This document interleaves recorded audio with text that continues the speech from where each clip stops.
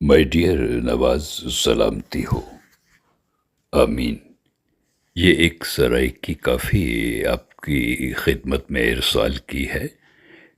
یہ ڈیفیکلٹ ہے ذرا سرائیکی ڈکشن کی وجہ سے، تو صرف آپ اسے سن لیجئے، انجوائے کیجئے. انجوائے سے مراد یہ ہے کہ اس کے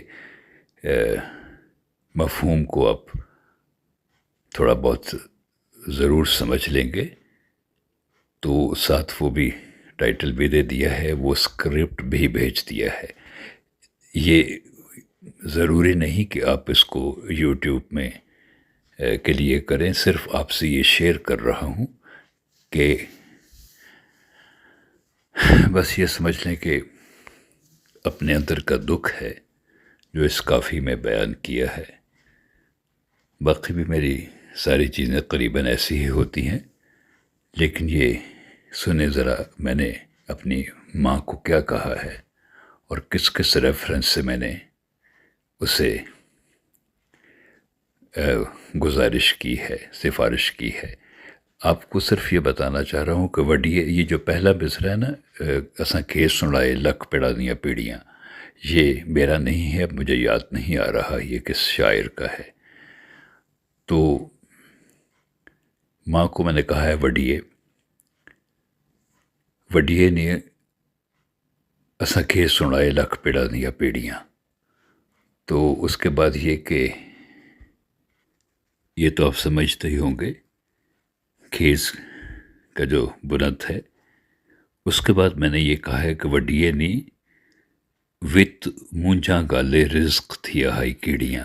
یہ آپ سے کمیونیکیشن اس لیے کر رہا ہوں تاکہ آپ کو اس کو سمجھنے میں آسانی رہے. میں پھر یہی گزارش کر رہا ہوں کہ یہ میں نے آپ کو یوٹیوب کے لیے آپ کو تنگ نہیں کر رہا، صرف جی چاہ رہا تھا کہ آپ سے یہ کافی شیئر کروں. مجھے بہت پسند ہے، میرے روح کی آواز سمجھ لیجئے.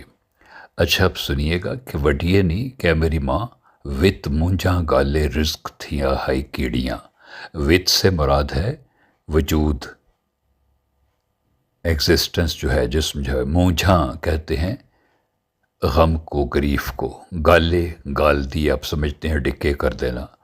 رزق تھیا ہائی کیڑیاں، کہ میری ماں میرا جسم جو ہے نا وہ دکھوں نے اسے گال دیا ہے، ڈکے کر دیا ہے، اور اب کیا ہے کہ یہ کیڑیوں کا، چیونٹیوں کا رزق بن گیا ہے. آگے سنیے. وڈیے نی ہی تت حیاتی بخت جو آتم چیڑیاں. اے میری ماں میری زندگی کی تپش دیکھیں، دیکھو ماں زندگی کی تپش اور دکھوں کی حرارت اور تمازت. وہ یہ کہ اس کا وجہ اس کی کیا ہے؟ بخت جو آتم چیڑیاں، کہ میرے نصیب میں بڑی سخت گیر قسم کی روحیں، اور یہ سمجھ لیں کہ سٹون ہارٹڈ لوگ ہی لکھے ہوئے تھے. چیڑا تو آپ سمجھتے ہیں نا کہ بہت جو تنگ کرنے والا ہو، ضدی ہو اور اڑپ مزاج کا ہو. تو اے میری ماں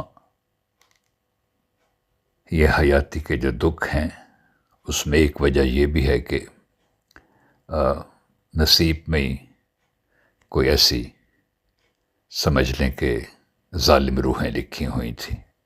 چڑیاں، چڑی آتم. اچھا یہ نواز یہ سننا ذرا کتنا خوبصورت یہ لائن ہے کہ لونڈ تو سمجھتے ہیں نا آپ کے سالن جسے کہتے پکایا جاتا ہے. تو ماں میں نے بڑی جتن کے ساتھ سالن پکایا. علامتی باتیں ہیں.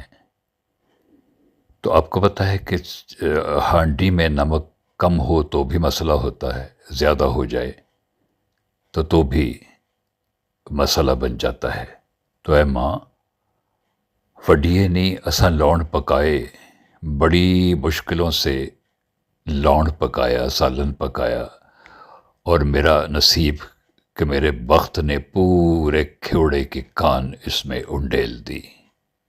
اب یہ زہر بن گیا ہے، نہ کھانے جوگا نہ پھینکنے جوگا. وڈیے نی ایسا لون پکائے بختوں کان کھیوڑے دی۔ تو ہوا کیا؟ وڈیے نی پت مریم بوڑی ہے دنبل پھوڑے دی، کہ میری ماں پت مریم یعنی عیسیٰ، مریم کا بیٹا مجھے واپس کہیں سے بھیج دے، اس کو کہیں سے بلوا کر بھیج دے، ہے دنبل پھوڑے دی۔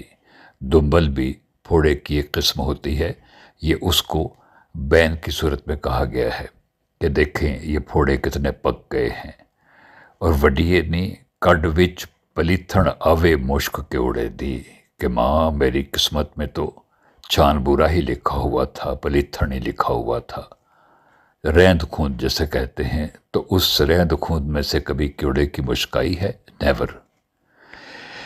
اب اگلا بند سنو کہ وڈیے نی سکوں وچ کلیجے لگڑے بان کٹورے دے، ماں یہ کیسا عشق کر بیٹھا ہوں کہ میرے کلیجے کے اندر کٹورے نینوں کے جو ہے نا تیر لگ گئے ہیں۔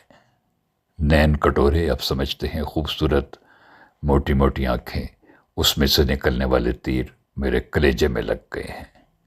کچھ ساندھ لگے جے نک سک دے، کچھ وچ کٹورے ڈورے دے، کچھ تیکھے نقش و نگاروں کے، کچھ تیکھے جو ہے نک سک سمجھتے ہیں نا، کچھ جیسے اس نے ایک وہ ہے کہ اس کا ناک کیسے جیسے سان لگی تلوار ہوتی ہے، کچھ سانڈ لگے جے نک سک دے، اتنا خوبصورت ناک نقشہ ہے۔ کچھ وچ کٹورے ڈورے دے، کہ اس ڈوروں میں سے جو کٹورے تھے کچھ وہ میرے لیے تیر بن گئے۔ کیوں بننا ہی تھا؟ کیوں کہ ساڈی آتم عشق سراپے دی ضربات جمالی جھورے دے، کہ میری تو روح میں عشق تھا، سراپا عشق تھا، تو عشق کو ضربات چوٹیں خوبصورتی کی لگا ہی کرتی ہیں۔ بہت شکریہ۔